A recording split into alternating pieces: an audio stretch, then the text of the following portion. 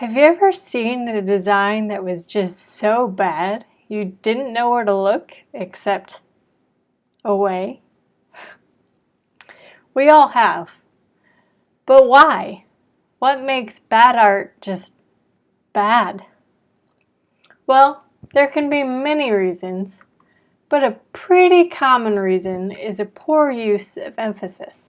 In this example, and in many cases of poor design, you're not quite sure where to look. The background is distracting, the text doesn't flow well, and the call to action isn't very clear, easy to follow, or even readable. This design, while being just plain bad, is also a poor example of visual hierarchy. So what exactly is a visual hierarchy anyway? Typically, the common Western brain reads from left to right, and we often look at art that way too.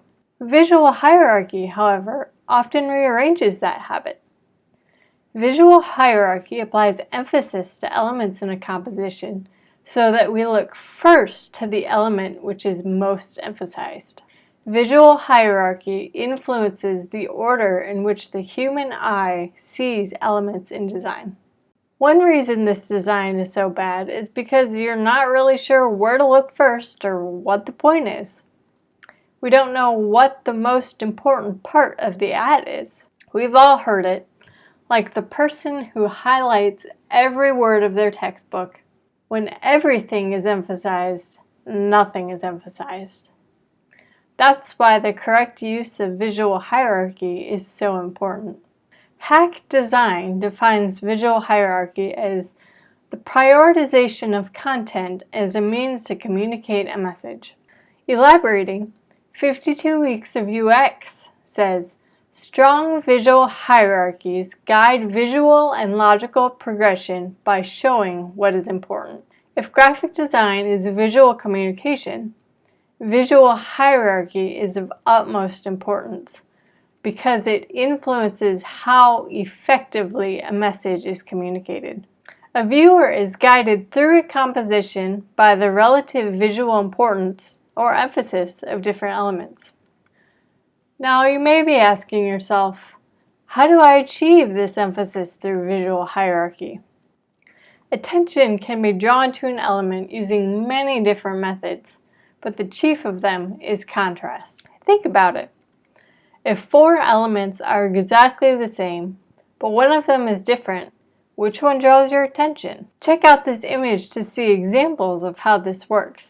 For each category, notice which element is emphasized.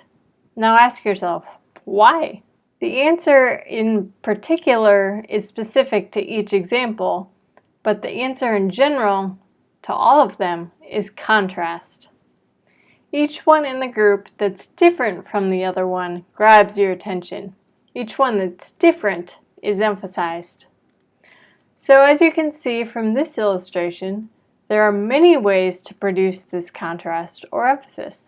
The main, but not the only ways to achieve emphasis through contrast are differentiating things such as size, position, color, texture, shape, or orientation.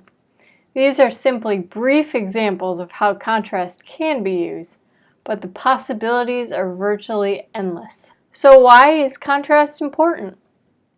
A listed part gives us a helpful and concise glimpse into the importance of contrast when they say, quote, in a layout, contrast helps lead the reader's eye into and through your layout.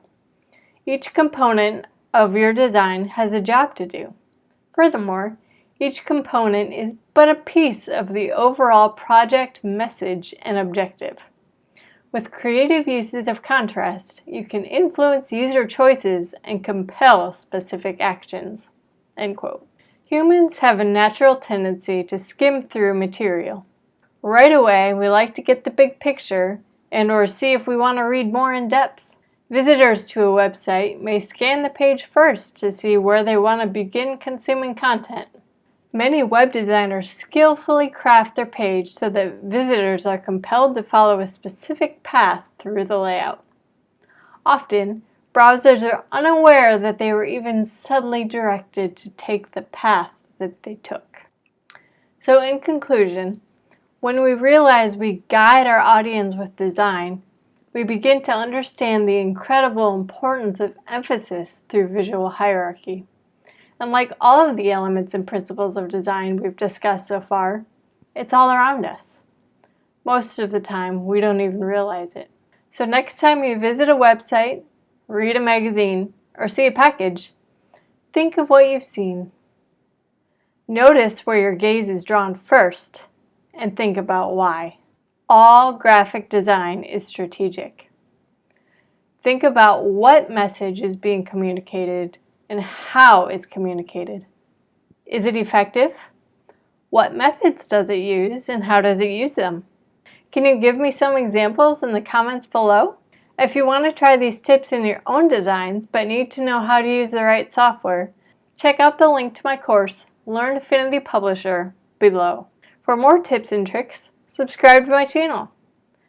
Thanks for watching and stay creative.